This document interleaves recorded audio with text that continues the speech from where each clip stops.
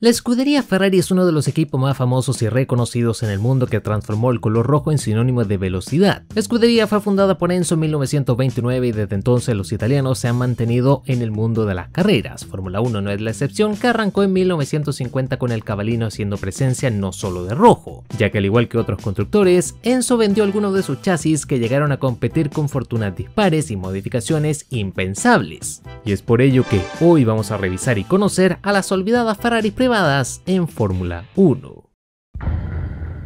Mientras Ascari, Sommer y Villoresi luchaban contra las poderosas alfetas de la preguerra, el británico Peter Whitehead competía con una Ferrari privada. Este piloto ya tenía un largo recorrido desde la preguerra, llegando a ganar el Gran Premio de Australia de 1938. Fue piloto en la Fuerza Aérea durante el Conflicto Mundial II para luego volver a las pistas, pero no sin accidentarse cuando su avión cayó cuando viajaba a Milán para comprarse una Ferrari 125 y poder competir. Quedaría un año fuera de acción por las graves lesiones que sufrió en su incidente, retornando con aquella 125 que casi le costó la vida, transformándose así en el primer piloto al cual Enzo Ferrari le vendió uno de sus poderosos Cavalinos en 1949. Con esta máquina Peter ganó el Gran Premio de Checoslovaquia, por lo que animado se anotó el Gran Premio de Mónaco de 1950, donde no pudo debutar. Pero sí lo pudo hacer en el Gran Premio de Francia, donde estuvo a nada de ganar la carrera, y es que sufrió una falla en la caja de cambios que lo terminó relegando hasta la tercera posición en un evento donde las Ferraris oficiales se retiraron del circuito durante las prácticas. Reapareció en el Gran Premio de Italia pero no pudo puntuar. Pequeño paréntesis, Ferrari ya estaba compitiendo con la 275 y la posterior 375, mientras que Whitehead se volvió a anotar en 1951 con su humilde 125, retirándose en el Gran Premio de Suiza e Italia, cediéndole el asiento de su Ferrari a su hermano Grant Whitehead para el Gran Premio de Francia. Peter siguió apareciendo en Fórmula 1 hasta 1954, ganando en el camino la edición de 1951 de las 24 horas de Le Mans, pero nunca pudo repetir el éxito de su podio en la Fórmula 1, perdiendo la vida en el Tour de Francia de automóviles en 1958. Clemente Biondetti fue conocido como el Lobo de la Toscana. Nació en una familia sencilla de Italia, pero esto no impidió su rápido ascenso desde las motos hasta la élite del automovilismo. Destacó en la resistencia, ganó la Mille Miglia y terminó segundo en el Gran Premio de Suiza antes del parón por la guerra. Era 1940 y con 42 años parecía que era el fin de su trayectoria, pero apenas retornaron las carreras, se lanzó de vuelta a las pistas ganando 3 Mille Miglias consecutivas. Pero todavía le faltaba participar en la Fórmula 1. No pudo competir en Mónaco, por lo tanto se inscribió para correr en el Gran Premio de Italia, donde lamentablemente reventó el motor de su 166. Pero Biondetti no era un hombre que se rendía fácil. ¿Y qué es lo que haces cuando tu Fórmula 1 revienta motor y no tienes dinero para comprar un motor nuevo? Pues simple.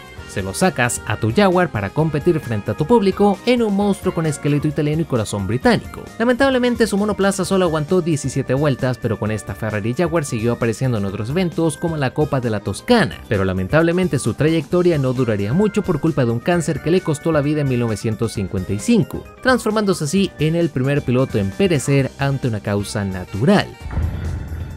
Tony Vanderbilt se hizo famoso en Fórmula 1 por haber fundado el equipo Vanwall, que se transformó en el primer campeón en constructores de la historia de la categoría en 1958. Pero muchísimo antes y en su época de piloto compró una Ferrari 125, la cual fue modificada por sus mecánicos para competir bajo el nombre de Thingwall Special.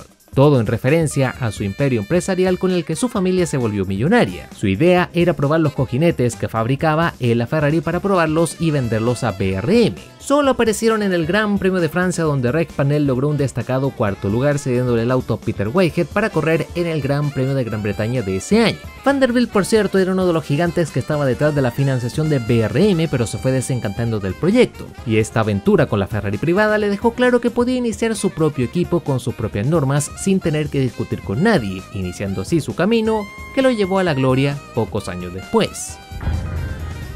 Poca gente tiene una historia tan loca como la de Chico Landi. Surgió de una modesta familia de Sao Paulo, dejó el colegio a los 11 años para trabajar como mecánico, corría las noches en carreras ilegales y además solía escaparse de la policía. Con este currículum llegó a los grandes premios y gracias a sus orígenes humildes se ganó el corazón de los brasileños, popularizando las competiciones de alto nivel en este país. También fue el primer brasileño en anotarse a un gran premio oficial. Ganaría su primer gran premio en casa en el Gran Premio de Río de Janeiro de 1941 y junto a su Ferrari venció en el Gran Premio de Bari de 1948, una Ferrari 375 que también utilizó en el Gran Premio de Italia de 1951. aunque lamentablemente no alcanzó a sobrevivir una sola vuelta retirándose por una falla mecánica. No volvió a competir con su cabalino, pero sí con el equipo brasileño privado Escudería Bandeirantes, corriendo con una Maserati sin mucha fortuna, hasta que el equipo oficial de Maserati le cedió un auto con el cual pudo puntuar en el Gran Premio de Argentina 56.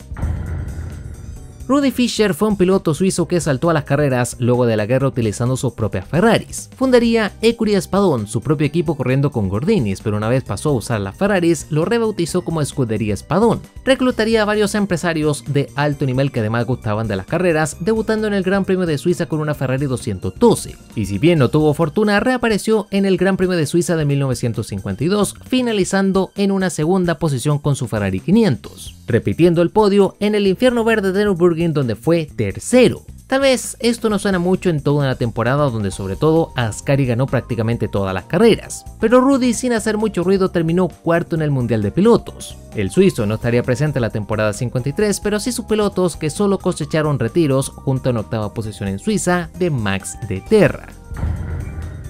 Louis Rossier fue un destacado piloto francés que compitió bajo su propio estandarte, la Écurie Rossier. En Fórmula 1 disputó 2 temporadas con el Talbot Lago T26C, corriendo en solitario la temporada 52 con su propia Ferrari 500 sin cosechar mucho éxito. El panorama se repitió en 1953, donde terminó casi todas las carreras pero siempre cerca de los puntos, nunca los pudo conseguir. El 54 contó con el apoyo de Maurice Trintignant, quien pudo puntuar en Argentina, y Robert Manson, quien pudo asegurar el podio en su natal Francia con una Ferrari 625.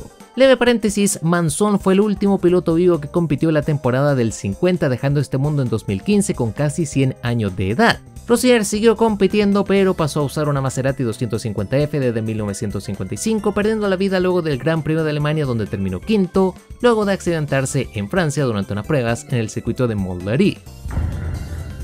Pero así como Suiza tuvo su equipo privado, Bélgica también lo tuvo. Jacques Swatters fundaría el equipo en la década del 50, pero no tuvo mucha fortuna. Debutaron en Spa con Charles de Tornaco al volante, quien finalizó en séptima posición, retirándose en Países Bajos y no pudiendo clasificarse al Gran Premio de Italia. En 1953 apenas pudieron competir, así que Swatters tomó su Ferrari 500 para competir solo la temporada 54, pero tampoco tuvo éxito, retirándose en Bélgica y España, solo finalizando el Gran Premio de Suiza, pero al menos sí pudieron darse el lujo de ganar una carrera con esta Ferrari. Esto fue la carrera no puntuable disputada en Abus en 1953, pero el equipo luego dejó la Fórmula 1 para enfocarse en la resistencia, perdurando hasta la década del 70.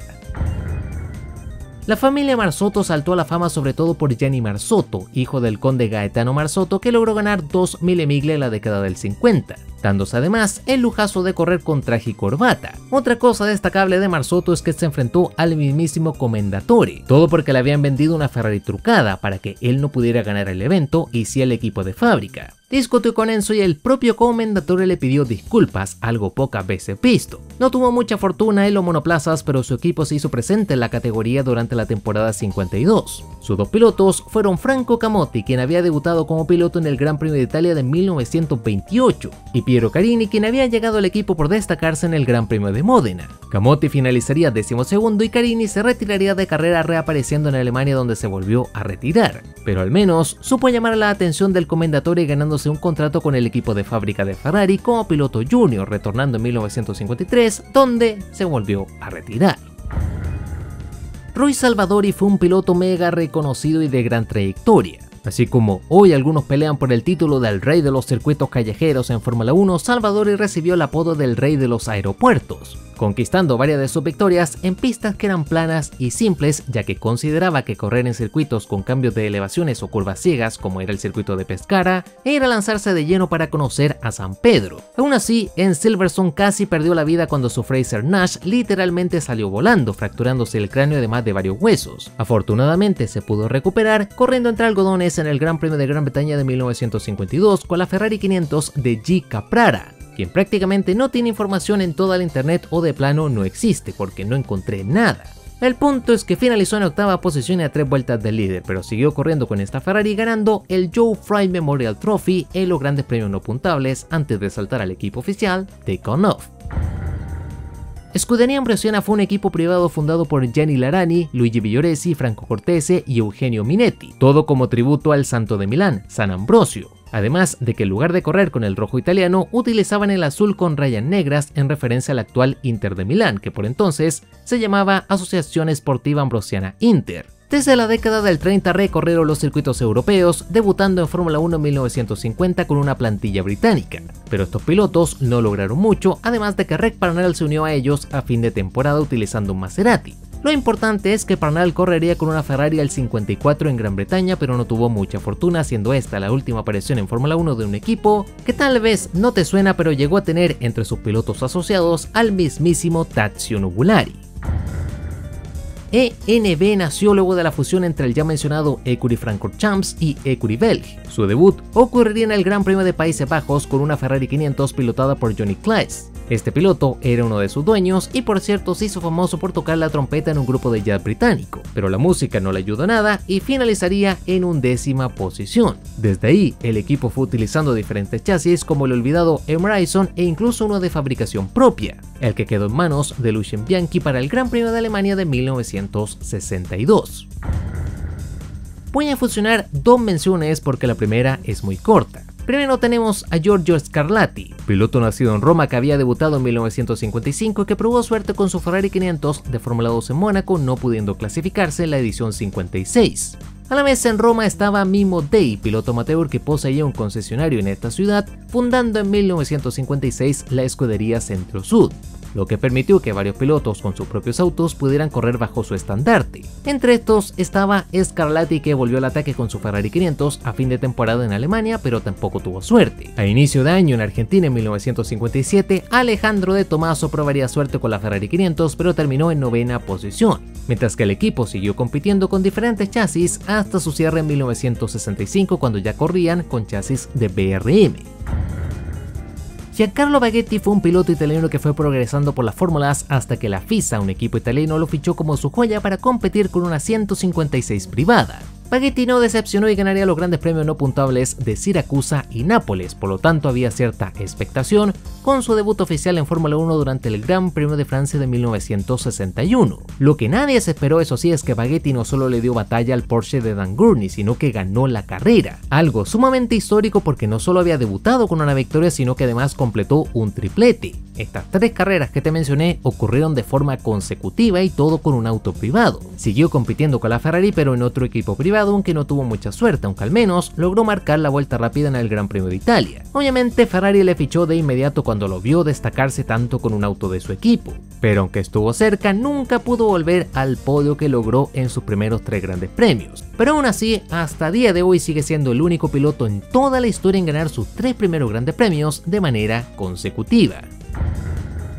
Una vez que Reg Parnell se retiró como piloto, fundó su propio equipo, debutando con un Cooper a fin de la década del 50. Acá es donde reaparece nuestro amigo Baghetti. El bueno de Giancarlo justo compitió en un año complicado para Ferrari, ya que un gran conflicto interno provocó el retiro de varios empleados que terminaron fundando su propia escudería, ATS. Baghetti se terminó uniendo al bando de los rebeldes, lo que terminó enfureciendo a Enzo Ferrari, que se enteró de todo esto cuando le ofreció un nuevo contrato y este le respondió que ya había firmado para ATS. El equipo terminó siendo un desastre y Baghetti terminó pilotando autos que de milagro no se desarmaban solos. Su trayectoria técnicamente ya se había acabado, pero hizo algunas apariciones en los grandes premios de Italia, donde Reg Parnell le cedió una Ferrari 246 para el Gran Premio de Italia 66, con la cual rodó de forma competitiva hasta que tuvo algunos problemas, siendo una aparición histórica porque fue una de las últimas Ferraris privadas que compitieron, no contando los Cavalinos Denard que aparecieron desde 1964 en las rondas americanas, ya que eran los impulsores oficiales de Ferrari en América, corriendo por última vez en 1969 con Pedro Rodríguez al volante.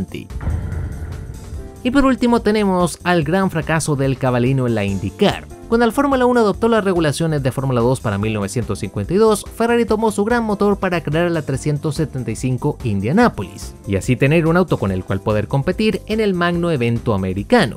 Hicieron varias pruebas exitosas en Europa, pero una vez llegaron a Indianápolis ocurrió el fracaso. Uno de sus pilotos iba a ser el reconocidísimo Johnny Parsons, que se arrepintió a último momento para al final competir con su Curtis Craft que había utilizado las ediciones 49 y 50. por lo tanto el auto quedaría en manos de Walt Faulkner. Los otros autos iban a ser pilotados por Johnny Mauro y Bobby Hall, que no pudieron clasificarse para la Indy 500. El único que se pudo clasificar y por los pelos fue Alberto Ascari, que largaba en la posición 25 de 33 en total. Su Ferrari solo sobrevivió 40 vueltas hasta que una rueda literalmente salió volando, lo que terminó dejando un eterno trauma a la marca del caballo loco, que nunca más retornó de forma seria, aunque sí de forma amenazante, para lograr sus objetivos en la Indy 500. Antes de despedirme, como siempre, puedes dejar en comentarios qué carrera quieres que revivamos en el canal, sea Race Week o no. Si el video te gustó, agradecería bastante que dejaras tu like gratis y que te suscribas para que lleguemos de una buena vez a 100.000 suscriptores. Pero si quieres apoyar aún más el canal, puedes transformarte en miembro del canal como todas estas bellas personas que estás viendo en pantalla. Y así más, soy Spectrox, te mando un grandísimo saludo y un abrazo y nos vemos en el siguiente video.